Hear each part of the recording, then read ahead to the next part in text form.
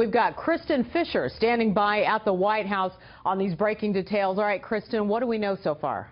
Well, Laura, this is a story that was CNN broke the story about an hour ago, and officials just confirmed it to Fox. And here's what we know. A man wearing a backpack jumped the fence over on the south side of the White House. This is the north side, so the south side is the side over by the National Mall, over by the Washington Monument. So a man with a backpack jumped the fence and then made his way all the way to the south portico entrance of the White House. Now, if you've ever seen President Trump board Marine One, the helicopter, that's the entrance that he uses to board Marine One. It's also the entrance that's right by the White House residence, which, according to CNN, is where President Trump was when this happened, and it happened shortly before midnight last night. Now, these officials say that President Trump in no way was in any immediate danger, but at some point, this intruder and President Trump were probably only a few hundred yards apart. So the Secret Service was able to arrest this man. We don't know his name yet. As for that backpack, right?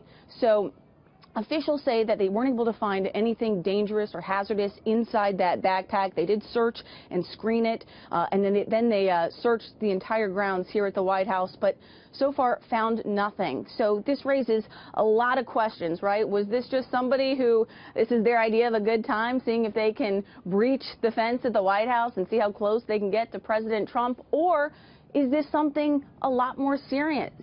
Were there other people potentially involved, or was this perhaps a dry run for another attempt to potentially harm President Trump? So some very serious questions that Secret Service, White House officials, and a lot of other folks trying to answer here. Leland and Laura, I can tell you, though, I got to the White House at about 10 this morning, so about 10 hours after the incident took place, and there was zero signs that anything had happened. By all appearances, it looks to be business as usual, but anytime you have an intruder getting this close to the president, it is not business as usual.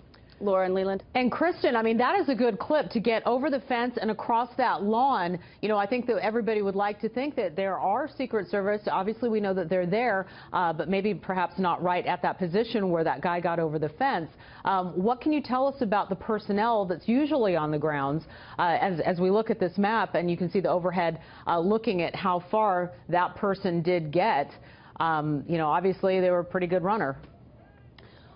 Well, a pretty good runner, or perhaps they were moving at a more stealthy pace. You know, I mean, we don't know exactly how long this person had been on the White House grounds. Was it a quick jump over the fence, run to the south portico entrance, or was it, you know, something a bit more stealthy than that? We just don't know. Now, we do know, you know, this is not the first time that there have been fence jumpers here at the White House. I believe back in 2014, somebody made it very close to President Obama. So it does happen. Since that incident, the Secret Service has been undergoing some internal reviews into how they handle these kinds of matters. But again, for an intruder wearing a backpack to get this close to not just the White House, but the actual residence where President Trump sleeps at night, it is a very big deal. Laura? Yeah, it was back in 2014, Kristen, that it was Omar Gonzalez, you might remember that name, who jumped the fence, ran up and walked through the front door of the White House. The front door wasn't locked.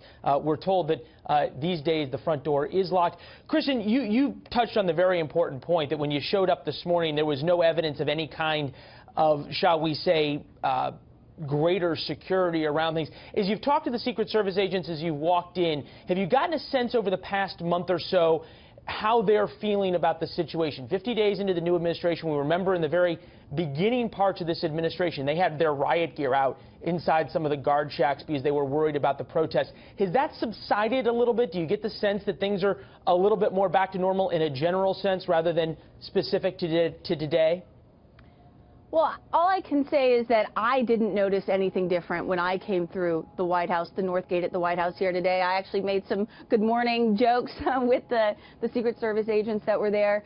And the one thing that is different, though, about this White House right now is there's still a lot of the barricades and the perimeter that was set up for the inauguration, for the parade and all that. Usually that comes down pretty quickly, but they've left it up a little bit longer than usual. So it actually feels as though the security presence here is more intense right now than it was back during the Obama administration. But again, from being here just last week before the intruder to being here this morning, you would not be able to tell that anything had happened. Yeah, things go back to normal pretty quickly. And we also know they're still working on exactly how they're going to reinforce the fence. They've put in more spikes on top of the fence, some anti-climb measures. They're talking about raising it as well. Kristen Fisher, keep working your sources at the White House. See what you can get from the Secret Service, as talkative as they are sometimes. And we'll get back to you in a minute. Thank you.